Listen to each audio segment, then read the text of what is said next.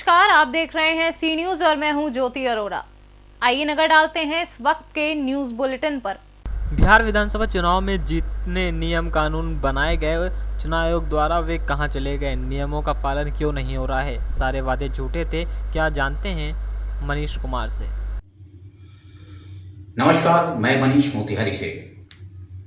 बिहार विधानसभा चुनाव में आज नेताओं का तबातोड़ रैली हुआ। कई नेता आए, कई नेता ने जनताओं को लॉलीपॉप लिया। कई ऐसे नेता हैं जो पिछले 5 साल और 15 सालों का अपना ये गिनती गिनाना शुरू किया, काउंटिंग करना शुरू किया, मैंने ये किया, मैंने वो किया। लेकिन उन नेताओं को ये नहीं पता कि जनता के बारे में, जनता के लिए और जनता के साथ क्या कर रहे हैं। इस कोरोना काल में सारे नियम को ताक पे रख दिया गया है। बिहार विधानसभा चुनाव के लिए चुनाव आयोग ने कुछ कमेटी और कुछ नियम और शर्तें लागू की हैं, जिसमें मास्क पहनना, कोविड-19 को देखते हुए सोशल डिस्टेंसिंग का मेंटेन करना, इन सब चीजों पे नेताओं का ध्यान आकर्षित नहीं है। बिहार विधानसभा चुनाव आयोग ने सीधे बोला था कि पहले वर्चुअल रैली करेंगे, लेकिन इन नेताओं को क्या पड़ी थी वर्चुअल रैली करने का। इन्हें तो अपना जलवा ही दिखाना था। जनता भी हमेशा की तरह ठगी जाती है। 15 साल का कार्यकाल में हर नेता मंत्री आते हैं, अपने कार्यकाल को दिखाते हैं और बोल के चले जाते हैं। फिर वो 5 साल के लिए अपने आप को इस सत्ता पे काबिज कर लेते हैं। लेकिन जनता अब भ्रमित नहीं है, जनता मूर्ख नहीं है। सोशल मीडिया आने के बाद जनता अब थोड़ी जागरूक हुई है। जनता को बेवकूफ बनाने के लिए हर एक नेता, जनता को लॉलीपॉप दी जाती है।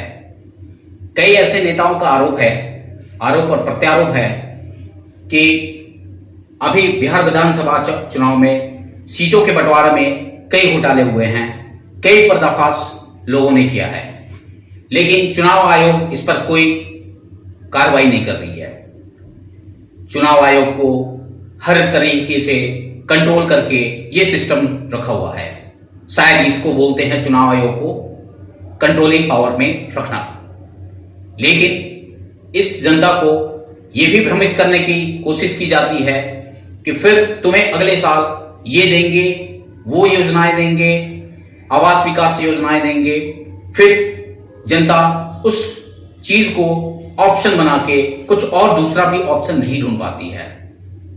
जनता को यह चाहिए प्रत्येक साल 5 साल के लिए किसी भी सरकार को उस सरकार के लिए काम करने के लिए वोट दे। वो सरकार काम 5 साल के लिए करे। 5 साल के बाद फिर जनता काम के हिसाब से उसे अपना मालिक बनाए, उसने अपने आप को राजा बनाए या फिर सरकार परिवर्तन करे।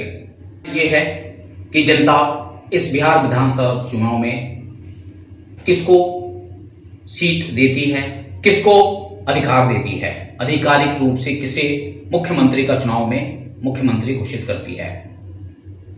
कैमरा पर्सन शिव कुमार के साथ मनीष कुमार, मोतिहारी, सी न्यूज भारत। बिहार विधानसभा चुनाव में निर्वाचन आयोग के नियमों का सारा सर उड़ाई जा रही हैं धज्जियां, क्योंकि एक तरफ चुनाव की तारीख क्लियर होने से पहले निर्वाचन आयोग ने बहुत सारी शर्तें बनाई थीं कोरोना महामारी के कारण, परंतु सारी शर्तें सिर्फ बिहार में आम जनता को दिखाने के लिए बनी थीं। अगर बिहार के आम जनता के लिए सुरक्षा का ध्यान रहता तो सारे नियम लागू हो गए होते और अब तक पक्ष विपक्ष के ऊपर इसका असर दिखता। लेकिन अभी तक कोई भी ऐसा सभा नहीं हुआ है जिसमें 2-3 हज़ार पब्लिक का एक साथ जमाव नहीं हुआ हो। सोशल डिस्टेंसिंग का कोई ख्याल नहीं है। मास्क का प्रयोग मात्र 10% लोगों ही कर रहे हैं। आखिरकार निर्वाचन आयोग क्या यही नियम बनाई है? और देखा जाए तो बिहार एनडीए गठबंधन के 3 बड़े बड़े दिग्गज नेताओं को कोरोना पॉजिटिव मामले सामने आए हैं। वे लोग भी जिस सभा को संबोधित किए वहां पर हज़ारों की संख्या में लोग मौजूद थे और उन्हें कोरोना पॉजिटिव रिपोर्ट निकली है। तो अनुमान लगाइए कि कैसे उस सभा में कोरोना पॉजिटिव मामले नहीं फैलेंगी। विशेष जानने के लिए आइए बात करते हैं हमारे संवाददाता सतीश मिश्रा से। मैं सी भारत से सतीश मिश्रा, पूर्वी चंपारण से। मैं आज सी न्यूज के दर्शकों से फिर नए सवाल, नए मुद्दा लेके आया हूँ विधानसभा, बिहार विधानसभा इलेक्शन को लेकर। देखा जाए तो सरकार और चुनाव आयोग ने बहुत सारे नियम बनाए हुए हैं।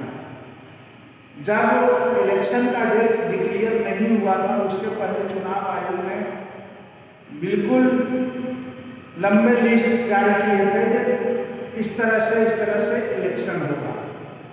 तो मैं आज अपने दर्शकों से ये कहना चाह रहा हूँ, क्या अभी उस नियम का पालन हो रहा है क्या? अगर नियम का पालन नहीं हो रहा है तो क्यों नहीं हो रहा है? क्या कारण है जो नियम का पालन नहीं हो रहा है? क्या वजह है नियम का पालन नहीं हो रहा है? क्यों हम और आप मौत को दावत दे रहे हैं अपने घर में? मेरे अपने भी कोरोना संक्रमित हो सकते हैं, मैं भी कोरोना संक्रमित हो सकता हूँ अगर इन सभा, इन जुलूसों में अगर हम लोग शामिल हो रहे हैं तो। अब देखा जाए 5 साल के लिए कोई भी प्रत्याशी विधायक बन के जाएगा, फिर 5 साल के बाद आएगा, लेकिन आपके घर में बीमार पड़े हुए रहेंगे, कोरोना संक्रमित अगर कोई हो जा रहा है, कोई दुर्घटना हो जा रही है, तो क्या फिर वो आकर आपको क्या उस इंसान को वापस कर ला कर देंगे? ऐसा कभी नहीं हो सकता। ये सिर्फ जनता को भरमाने के लिए सरकार से लेकर और नेता तक, और नेता के जो इर्द गिर्द रहने वाले जो उनके जो टट्टू हैं वही आपको भरमा रहे हैं। कर्म में मत पड़िए। देखिए, अगर विधानसभा चुनाव में सभा के लिए बना हुआ था जो 100 आदमी से ज़्यादा सभा में नहीं उपस्थित होंगे, बगैर मास्क का कोई नहीं निकलेगा, कोई जुलूस भी रहेगा उसका प्रतिबंधित क्षेत्र रहेगा। क्या ऐसा हो रहा है? क्या आप देख रहे हैं? मेरे दर्शक, आप बताओगे क्या ऐसा हो रहा है क्या आपके साथ? अब देखा जाए पूरे बिहार में एनडीए के 3 बड़े दिग्गज नेताओं को कोरोना संक्रमित हो गया, और कोरोना संक्रमित में उन्होंने जितने भी सभा जुलूस किए हैं, क्या उसमें से उस सभा में जिनको 1 पीस उन्हीं को कोरोना पॉजिटिव रिपोर्ट आया? आजकल कोई भी सभा हो रही है, उस सभा में देखा जाए हजारों की संख्या में पब्लिक रहती है, बेगर मास्क का रहती है, चाहे पक्ष पार्टी के हो या विपक्ष पार्टी के हो या निर्दलीय पार्टी के हो। यहाँ पर दिखाना है कि मेरा जनसमूह इतना, और उस जनसमूह में मेरे अपने कोई भी अगर उस जनसमूह में जाकर शामिल हुए हैं, वो भी कोरोना को दावत देके अपने घर तक ला सकते हैं। जब कोरोना का वैक्सीन, जब कोरोना का कोई सटीक इलाज नहीं हुआ, तो फिर ये इलेक्शन में वो प्रतिबंध जो निर्वाचन आयोग ने जितने प्रतिबंध लगाए थे, वो सारे प्रतिबंध क्या हो गए? हवा हो गए। अगर प्रतिबंध बनाए तो उसको लागू क्यों नहीं किए, और लागू क्यों नहीं कर रहे हैं? नहीं करने का कारण क्या है और करने का कारण क्या है? अभी देखा जाए हर सभा में, हर जुलूस में हजारों की संख्या में लोग रहते हैं, और हजारों की संख्या में जाकर और तो मेरे घर में मेरे अपने हैं तो मेरे घर में आएंगे, रहेंगे, और सब कुछ होते हुए एक दूसरे से सोशल डिस्टेंसिंग का पालन नहीं करने की वजह से कोरोना फैल सकता है। इसलिए सावधान, बिल्कुल सावधान। कोरोना से बचना है, नेता के बहकावे में नहीं आना है, चाहे पक्ष हो या विपक्ष हो। वोट वहीं देना है जहाँ जो समाज का, मेरा क्षेत्र का विकास करेगा, उसी को वोट देना है। अंगूठे छाप के वोट अगर हम देते हैं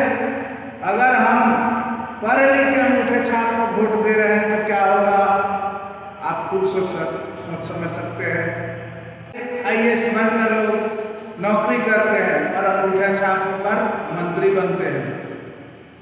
शिक्षा का स्तर इतना नीचे गिर गया, जो अनपढ़ लोगों को हम लोग मंत्री बना दें, अनपढ़ लोगों को हम लोग विधायक बना दें, अनपढ़ लोगों को हम लोग सांसद बना दें, वो क्या करेंगे समाज का विकास? इसलिए बहकावे में नहीं आना है। वोट देना जरूरी है, लेकिन वोट वहीं दे जहां पर अगर जो नेता, जो प्रत्याशी हमारे समाज का विकास करने के लिए हो, ऐसे प्रत्याशी को भी वोट ना दे जो समाज का विकास करने के अलावा पैसे से वोट खरीदकर, दारू से वोट खरीदकर, खाना खिला के वोट खरीदकर और 5 साल फिर आपको पूछने ना आए। ऐसे विकास के नाम पर जो धोखा दे उसको भी वोट नहीं देना है, और जो विकास के नाम पर धोखा दे उसको तो देना ही नहीं है, लेकिन वोट करना जरूरी है। इसलिए मेरे सी न्यूज़ के दर्शकों, आप बिल्कुल सतर्क और सावधान रहें, किसी के झांसे में ना आए, किसी के जुलूस के, किसी के सभा के में उपस्थित होकर अपने घर को कोरोना महामारी लेकर ना आए। कोरोना हो जाएगा, कोई नेता आकर आपको नहीं पूछेगा। इसका ध्यान रखिए। फिर हम मिलेंगे, हर रोज मिलेंगे, फिर आपके लिए नया संदेश लेके आएंगे। सतीश मिश्रा, सी न्यूज़ भारत से, सी न्यूज़, हर खबर आपके साथ, आपके यहाँ। जय हिंद, जय भारत। मुजफ्फरपुर जिले के कांटी विधानसभा क्षेत्र में एक ऐसा मामला सामने आया है। आपको बता दें कि कुछ दिन पहले राजपा प्रत्याशी अनय राज को संवरणालय परिसर में गिरफ्तार किया गया था, जिसके बाद कांटी विधानसभा क्षेत्र में समर्थकों में काफ़ी नाराज़गी देखी गई। वहीं अब चुनावी मैदान में राजपा नेता अनय राज के मां अब अपने बेटे के लिए वोट मांग रही हैं। उनकी मां से बात करने के दौरान उन्होंने बताया कि लगातार मेरा बेटा 18 वर्षों से गरीब बेसहारा लोगों की मदद करते आया है। वहीं राजनीतिक दबाव होने के कारण मेरे बेटे का गिरफ्तार किया गया है। अभी हम पूरी तरह से क्षेत्र में घूम रहे हैं। लोगों का विश्वास है कि एक वोट देकर हमारे राजपा प्रत्याशी अनय राज को जिताने की बात कह रहे हैं। स्वार्थ आज तक सेवा करते आया, पब्लिक को आज तक सेवा करते आया है। कभी किसी से एक पैसा का लोभ नहीं दिया। दिन रात समय समय पर साथ देते आया, पब्लिक को दिन रात सहायता करते आया। आज वही समय उसका जवाब देने के पब्लिक कांटी विधानसभा क्षेत्र के जनता को क्या अपील करना चाहिए? अपील यही करना चाहते हैं, उनसे मेरी अनुरोध है, छोटे बड़े बड़े सभी भाई बंधुओं से मेरी अनुरोध है कि आज उस परिश्रम का फल यही वो लोग दे, अपने तरफ से एक बहुत बहुमूल्य वोट देकर मेरे बच्चे को बल्ला छाप 6 नंबर पर मेरा बच्चा का चिन्ह है, और राजपा जन पार्टी के मेरा प्रत्याशी अनय राज बेटा है, तो उसको एक वोट देकर सभी जनता जनार्दन से अनुरोध है, विनती है, प्रार्थना है, ये एक वोट देकर विजय कराइए। तब आप देखिएगा मेरा बच्चा कांटी में आप लोगों को कितनी खुशी देगी, कितना क्या क्या कर देगा, वो कोई नहीं बता सकता है। जितना आज तक 20 साल से कोई नहीं किया होगा खड़ा होकर, जो मेरा बच्चा करके दिखा दिया है और दिखाएगा। लेकिन आप लोग साथ दीजिएगा, आप लोग सहायता कीजिएगा, मात्र एक बहुमूल्य वोट देकर, बस कुछ नहीं आपसे भीख मांगती है। इसके लिए मैं आप लोगों सभी भाई बंधुओं से आंचल फैलाकर भीख मांगती हूँ, जो इसलिए भीख मांगती हूँ जो मेरे बच्चे को परिश्रम का भीख दीजिए। दिन रात परिश्रम किया है, नाजायज नहीं जायज किया है, सब काम सबके लिए लगा है, जायज ही लगा है। लेकिन दुश्मन लोग जितने हैं वो मेरे बच्चे को झूठ साँच का फ्रेम में फंसा कर 42 दफ़ा केस मेरे बच्चे पर करके मेरे बच्चों को बहुत प्रताड़ना किया गया है, बहुत प्रताड़ना किया गया है। आप लोग ही सहायता दे, प्रभु आप लोग भगवान के रूप हैं, जनता जनार्दन सभी भाई बंधु भगवान के रूप हैं। आपसे यही विनती है, सभी जनता जनार्दन छोटे बड़े आप लोग एक वोट बहुमूल्य वोट देकर मेरे बच्चे को विजय कराइए, जीत कराइए। यही उम्मीद लेकर हम गर्व के साथ अपने बच्चे पर मैं बहुत बड़ा गर्व भी करती हूँ जो मेरे कोख में एक बहुत बड़ा वीर पैदा लिया है, जो सारे जनता जनार्दन के लिए दिन रात खून पसीना इकट्ठा करके और विजय कराता है, उस खुशी पहुंचाता है, उसके घर में चूल्हा को खुशी देता है, बिजली को खुशी देता है, हर दुख को दूर करता है, हर खुशी पहुंचाता है। अपने जिंदगी जान के लिए एक पैसा भी परवाह नहीं करता जो मेरा दुश्मन मेरे जान को कितना पीछा पड़ा हुआ क्या कर सकता है, कोई गम नहीं करता। वो साफ कहता है जो हम जिंदा है माँ, तुम्हारे कोख में से पैदा लिए हैं। अभी क्षेत्र में घूम रहे हैं, क्या लग रहा है अभी आपका प्रत्याशी अभी जेल में है, क्या कहना चाहिएगा लोगों को यहाँ कांटी विधानसभा? पहले तो मैं आपके माध्यम से यह कहना चाहूँगा कि कांटी के तमाम गांव के गली गली के जनता जो देहात में है, रोड के किनारे बसे हुए हैं, जिन तक अभी तक के हकीकत का नेता नहीं पहुंच पाए हैं, वो लोगों तक हम लोग पहुंचे हैं। और अगरा हो, पिछड़ा हो, अल्पसंख्यक हो, सभी लोग को हमने सड़क, बिजली, पानी दिलवाया है। चाहे 2011 में बिजली आंदोलन सबों के लिए लड़ा है। हमारा क्रांतिकारी साथी को जेल भेज दिया गया है, उसकी माँ बिलख रही है, उसकी बहन बिलख रहा है, परिवार के सब लोग बिलख रहे हैं, हमारे महिला कार्यकर्ता बिलख रही है। लेकिन जनता ने अंदर अंदर पूरे मत बना लिया है कि विभाजन में कहीं विधानसभा में वोट नहीं जा रहा है, सारा वोट राजप्पा अनय राज को मिल रहा है, जिनका चुनाव चिन्ह बट बल्ला है और 6 नंबर ईवीएम के 6 नंबर पे है। और सारा लोग ने मत बना लिया है। हम लोग भी गली गली घर घर जा करके वोट के लिए मांग रहे हैं। इस बार जो गए हैं जेल, कौन सा इसमें गए हैं? इस बार जो जेल गए हैं वो दुष्कर्म का एक बच्ची के साथ मामला था।